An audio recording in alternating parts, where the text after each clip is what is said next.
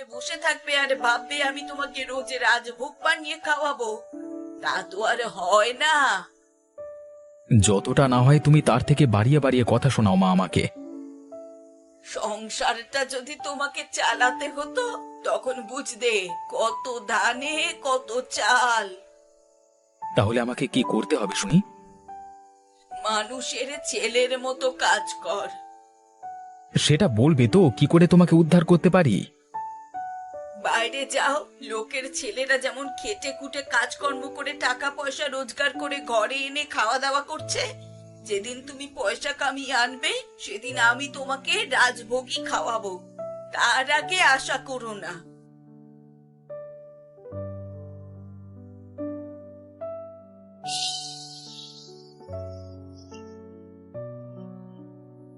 বউয়ের বুদ্ধিটা ভালো লেগেছে, আজকে অল্প জলেই বরং বউয়ের কথা মতো মাছ ধরবো।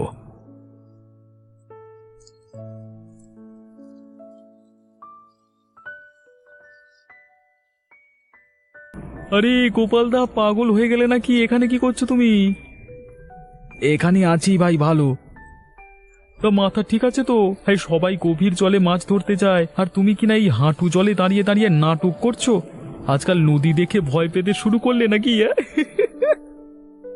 নদী যাদের পেট চালায় তাদের কি আর নদী দেখে ভয় করলে চলে ভাই? ভাবলাম পুরো গঙ্গা তোমাদেরকেই ছেড়ে দিই, আমি এই সামান্য অংশটুকু নিয়ে সুখে শান্তিতে থাকি।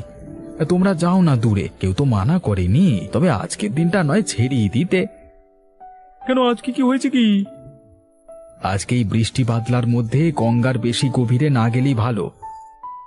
বললাম না গোপালদা, তোমার বয়স হয়েছে, ওজন্য তুমি ভয় পাচ্ছ। ভয় পাইনি ভাই, ভয় পাইনি, তবে তোমার থেকে নদীকে আমি একটু বেশি চিনি তো, তাই বলছি। কখন কি হয় বলা তো যায় না। কি ভাবছো কি, আমাদেরকে ভয় দেখিয়ে তুমি একা পুরো নদী লুটেপুটে খাবে? সেই ইচ্ছা যদি থাকতো তাহলে আমি মাঝ নদীতে যেতাম ভাই, এখানে দাঁড়িয়ে থাকতাম না। আরে থাক থাক, তোমার স্বভাব আমার জানা আছে, তুমি গাছেরও খাবে আর তলারও কুড়ুবে। সে আমি হতে দেব না, আমি মাঝ নদীতেই যাব। দেখো, আমার তোমাকে মানা করবার অন্য কোনো অভিসন্ধি নেই, আবহাওয়াটা ভালো নয় তো। নদীর মাঝখানে হঠাৎ করে তুফান যদি ওঠে তবে এই সামান্য ছোটখাটো নৌকা নিয়ে কি করবে? বেঘরে প্রাণটা যাবে যে। আরে থাক থাক, আমাকে আর বেশি জ্ঞান দিতে হবে না। তাহলে তুমি যাবেই বলছো? তোমার কথা শুনে তো রুকবো না আমি নিজেকে। আমি যাই, তুমি প্রাণের ভয়ে এখানেই বসে থাকো চুপ করে।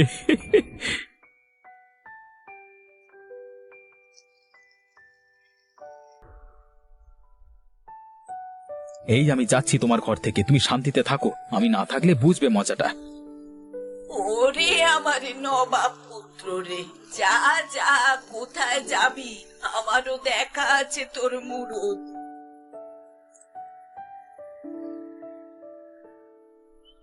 ও বাবারে, মরে গেলাম! বাঁচাও বাঁচাও আমাকে, যন্ত্রণায় মরে যাচ্ছি আমি। হয়েছে তো, মায়ের সাথে ঝগড়া করে বেরোনোর ফল পেয়েছিস তো? আমার সাথে ঝগড়া করে বেরোতে গিয়ে পিছল উঠোনে পড়লি, দেখ আবার হাত পা কোমর না ভাঙে। আমাকে বাঁচাও, আমি উঠতে পারছি না, আমাকে ধরে তুলে নিয়ে চলো মা। আয় বাবা আয়, দেখলি তো অকারণে ঝগড়া করার ফল। বড় কষ্ট হচ্ছে। মায়ের কথা একটু শুনে চললেই তো পারিস, মা কি তোর খারাপের জন্য বলে রে? আমি এখন কোমরের যন্ত্রণা ছাড়া আর কিছু ভাবতে পারছি না। ও বাবা! চিন্তা করিস না, সব ঠিক হয়ে যাবে। এখন থেকে আর ঝগড়া করিস না আমার সাথে। ঠিক আছে মা, ঠিক আছে। ও বাবা!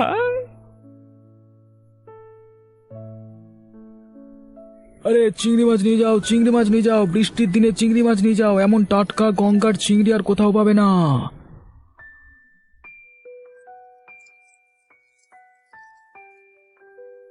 বাহ গোপাল, তুমি তো ভালো বুদ্ধি করেছো। সত্যি একটা নতুন কারবার ভেবে তুমি বের করেছো, বুঝলে? এই বর্ষার দিনে এমন চিংড়ি মাছ খাওয়ার আনন্দই আলাদা। তুমি যদি এমন বুদ্ধিটা না করতে তাহলে আমাদের আর চিংড়ি মাছ খাওয়া হতো না।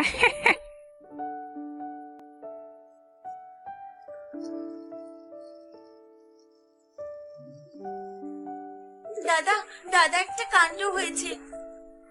কি কাণ্ড হয়েছে গো বৌমা? দাদা, আমাদের মানুষটা এখনো ঘরে ফেরেনি, সেই সকালে বেরিয়েছে, এখনো বাড়ির মুখ দেখেনি সে। আমার খুব চিন্তা হচ্ছে দাদা। সে কি রতন এখনো বাড়ি ফেরেনি?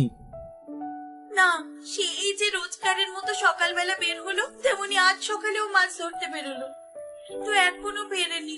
অন্যদিন তো অনেক আগেই ফিরে আসে দাদা। তাই তো, আরে এতক্ষণে তো তার বাজারে মাছ বিক্রি করতে চলে আসবার কথা। আপনি কিছু জানেন ওর ব্যাপারে? আমার সাথে তার দেখা হয়েছিল বটে। আরে ও তো বললো বড় মাছ ধরতে যাবে আজকে। কোন দিকে গেছে কিছু জানেন?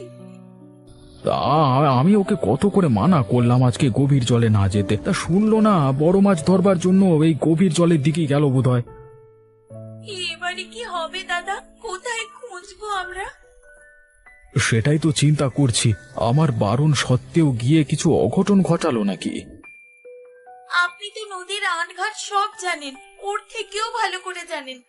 আপনি চেষ্টা করে কিছু একটা ব্যবস্থা করতে পারবেন না? খুব মুশকিল, তবু আমি ভেবে দেখছি কি করা যায়, বুঝলে। যাই আজকে অবিনাশ বাবুর কাছে, আবার বৃষ্টির দিনে যাই একটু মুরগি বানিয়ে আসি।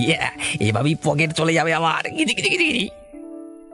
এ কি, এবার নদীর জল দিয়ে ওটা কে ভেসে যায়? রতন না? বাঁচাও, আমাকে বাঁচাও। দাঁড়া ভাই, আমি আসছি। এই হাতে ধর, হাতে ধর। উঠে আয় ভাই, উঠে আয়, উঠে আয়। ধন্যবাদ দাদা, ধন্যবাদ, আমাকে বাঁচালে। এই তোর এই অবস্থা হলো কি করে রে? আর বলো না দাদা, আমি আজকে মরতে মরতে বেঁচেছি। আমি মরেই যেতাম আরেকটু হলে। কি হয়েছে সেটা তো বল। গভীর গাঙে হঠাৎ করে তুফান এলো, আবহাওয়া খারাপের জন্য আমার নৌকা ভেঙে গেল আর আমি জলে গিয়ে পড়লাম। পড়ে হাবুডুবু খেতে খেতে মরিয়ে যাচ্ছিলাম। তারপর কোনো রকমে সাঁতরে পার হয়ে ফিরেছি। ওঠার ক্ষমতা ছিল না একদম। তুমি যদি না আসতে তাহলে এখানেই মরে মরে থাকতাম। তোমার কপাল ভালো যে তুমি বেঁচে গেছো। আমার বড় শরীর খারাপ লাগছে দাদা, আমি আর কিছু কথা বলতে পারছি না। আমার প্রাণ রক্ষা করো তুমি দাদা। চলো চলো, তোমাকে বাড়িতে পৌঁছে দিয়ে আসি, চলো।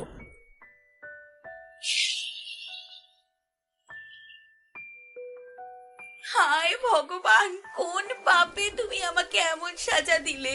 এই মানুষটা ছাড়া যে কেউ নেই আমার জীবনে, আর ওই মানুষটাকে তুমি ছিনিয়ে নিতে চাইছো আমার থেকে। এবারে কি হবে? এই মানুষটা যদি সুস্থ হয়ে না ওঠে তো? আজকে রতন খুব বাজা বেঁচে গেছে। এই মাঝ নদীতে হঠাৎ তুফানের মাঝখানে পড়ে নৌকা ভেঙে মর্তিক চলে চলে চলে। এই ভগবান যদি আমাকে সঠিক সময় সঠিক জায়গায় না পাঠাতো না, এই জলে ডুবে আজকে পটল তুলতো, ঠিক আছে? আমি কতবার বলেছি এই খারাপ আবহাওয়ায় বাইরে যেও না, তা আমার কথা শুনলে তবে তো। আমার সাথেও দেখা হতেই ওই কথাটাই বলেছিলাম আমি। আপনিও মানা করেছিলেন দাদা।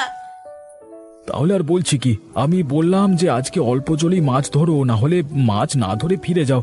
একদিন ওই মাছ গাঙ্গে গিয়ে মাছ না ধরলে এমন কিছু আসে যাবে না। মানুষের প্রাণটাই তো আসল না।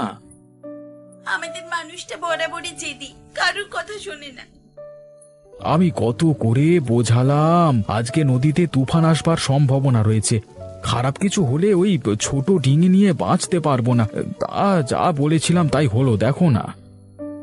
তবু ভালো, মানুষটার প্রাণ বেঁচে গেছে। তবে এর থেকে একটা শিক্ষা নেওয়া উচিত ওকে। এত কিছুর পর নিশ্চয়ই ওর মাথায় ঢুকবে যে সবার পরামর্শ নিয়ে কাজ করা উচিত। আপনাদের কৃপাতেই আজ ওর প্রাণ বাঁচলো। ধন্যবাদ আপনাদের। ধন্যবাদ নগেনকে দাও, আমি তো শুধু মানা করেছিলাম, প্রাণ তো নগেনই বাঁচিয়েছে। মানে জীবনে প্রথমবার একটা ভালো কাজ করলাম। এই মানুষের ভালো করাই যে এত আনন্দ জানতাম না। আজ আমি জীবনের সেরা পাওনাটা পেয়েছি। এরপর থেকে আমি নিজের কাছে প্রতিজ্ঞা করছি, আর কখনো খারাপ কাজ করব না, কারোর ক্ষতি করব না জীবনে। এবার যা করব মানুষের ভালোর জন্যই করব।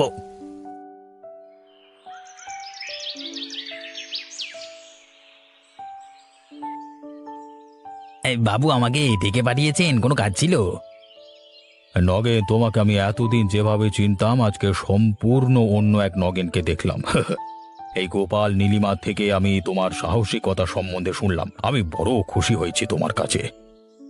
বাবু আমিও নিজের ভুল বুঝতে পেরেছি। এতদিন যা মানে যেভাবে আমি ওই করে কমে খেয়ে এসেছি সব ছেড়ে দেবো। এ বাজে বাজে বাজে রাস্তা। আমি এবার থেকে শুধু মানুষের ভালোর জন্য কাজ করব। তোমার উন্নতিতে আমি খুশি হয়েছি নগেন। আপনাদের আশীর্বাদই এসব সম্ভব হয়েছে তো বাবু। তবে আমি তোমাকে কিছু উপহার দিতে চাই। সে আপনার কৃপা বাবু, আমি আর কি বলবো। এই নাও, এর মধ্যে অনেক টাকা আছে, এগুলো আমি তোমাকে দিতে চাই, তোমার ভালো কাজের উপহার। না না না না না বাবু না, আজ আমি বুঝতে পেরেছি এই মানুষের কাজ করতে চাইলে কোনো স্বার্থ ছাড়াই করতে হয়। কিন্তু এটা তোমার ভালো কাজের জন্য পাও না, এটা তুমি অস্বীকার করো না। আমি স্বীকার করছি বাবু, তবে এই টাকা আমার থেকে বেশি যার দরকার সে হলো নীলিমা এবং ওই অসুস্থ রতনের চিকিৎসার জন্য। আর আমি ওদের হাতে তুলে দিচ্ছি টাকাটা। আজকে টাকার দরকার আমার থেকে বেশি ওর, এই টাকাটা তাই ওদের। হ্যাঁ বাহ নগেন, তুই এতদিন মানুষের মতো কাজ করলি। আমিও খুব খুশি হলাম তোমার এই বুদ্ধিময় উন্নতি দেখে।